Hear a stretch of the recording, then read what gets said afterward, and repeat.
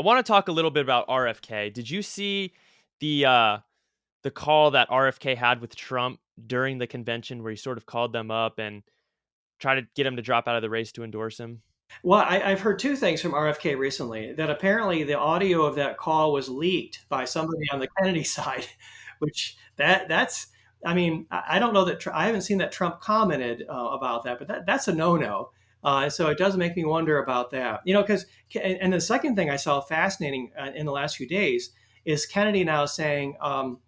If we'd had if Biden had stepped out earlier, I didn't need to leave the Democratic Party. I could have competed at the convention for the nomination, which also makes a fascinating, possibility that does he switch back, and try to cause some havoc of his own in I Chicago think at he's the trying convention. to. I think he's trying to. And same thing there, as I asked before, what's his end game?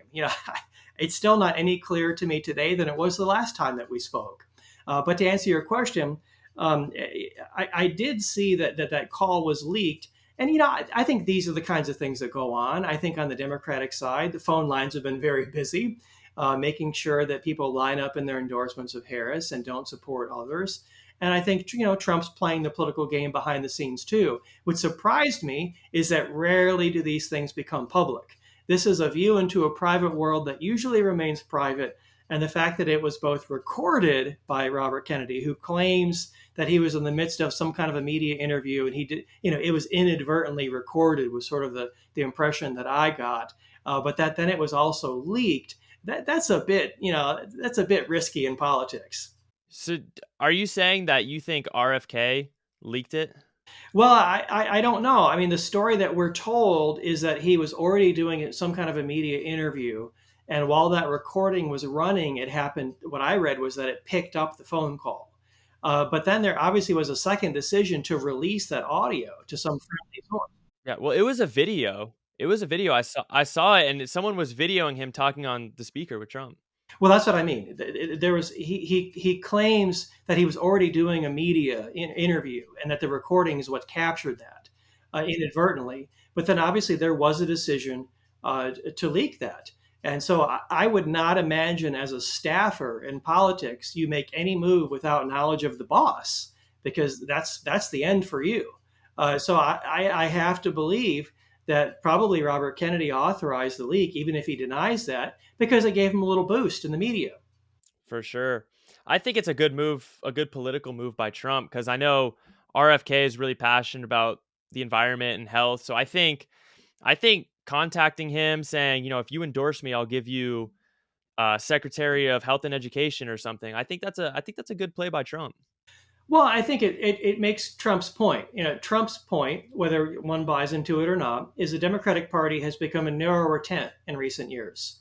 Kennedy's out, moderates are out, conservatives are out. Democrats, that's the argument of the convention. If you didn't need to watch much of what went on in Milwaukee to hear that. Trump's argument is that we're widening. We're welcoming all kinds of new people. Minority voters perhaps are giving Trump a look that they certainly did not in 2016 or 2020, especially men. I mean, the Republican Party is trying to widen at a time their criticism is that Democrats are narrowing. And so I think outreach to Kennedy might show Trump as a shrewd politician, maybe a side of him that we didn't think might existed before, and also show, in real time how he's trying to widen that tent. Do you see RFK making any sort of move like that, stepping down, making an endorsement, or do you think he's going to stick it out to the bitter end? It's a tough call. I think history is divided on that. An example is in 1968, Eugene McCarthy was kind of the wild card who captured the spirit of the left and the activists, and especially the anti-Vietnam War. His campaign started with a lot of enthusiasm and didn't really go anywhere, but he never really came around to endorsing Humphrey.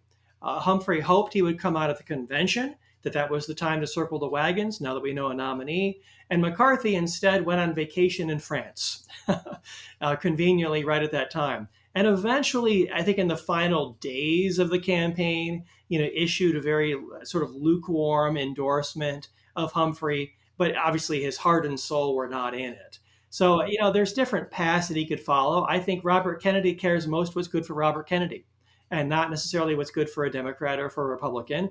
And so I think he'll follow his interest right until the very end. What did George Wallace do?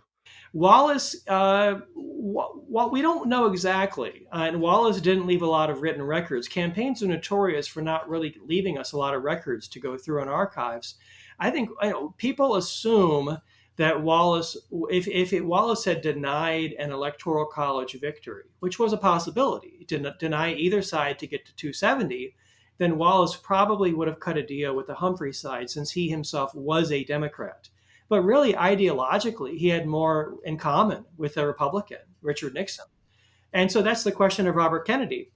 Set aside party labels. Who does he really have more in common with on the issues? Who does Joe Manchin have more in common with? Who do other moderates have? And, the answer might be Trump. And so he might not really endorse Trump, but, there's other ways of supporting him by not supporting people in your own party. So an endorsement really is just sort of one lever that he can pull. I would argue so far that Kennedy's campaign has given a better light to Trump than it has to Democrats. Yeah, for sure. When you look at presidential elections, it seems that whichever party is hammering the independent or complaining about the independent is usually the party that's losing. And throughout this election, we've seen the Democrats complaining a lot more about the independents than the Republicans have. Yeah, it's all going to be a question of which specific states and swing states is Kennedy eating into the race. I don't think he still has any chance to win overall, just like Wallace. But the question, in what states can he deny a victory? Can he play a spoiler? And can he do that in enough states to affect the overall outcome? That's still the question. Yeah, that's going to be interesting.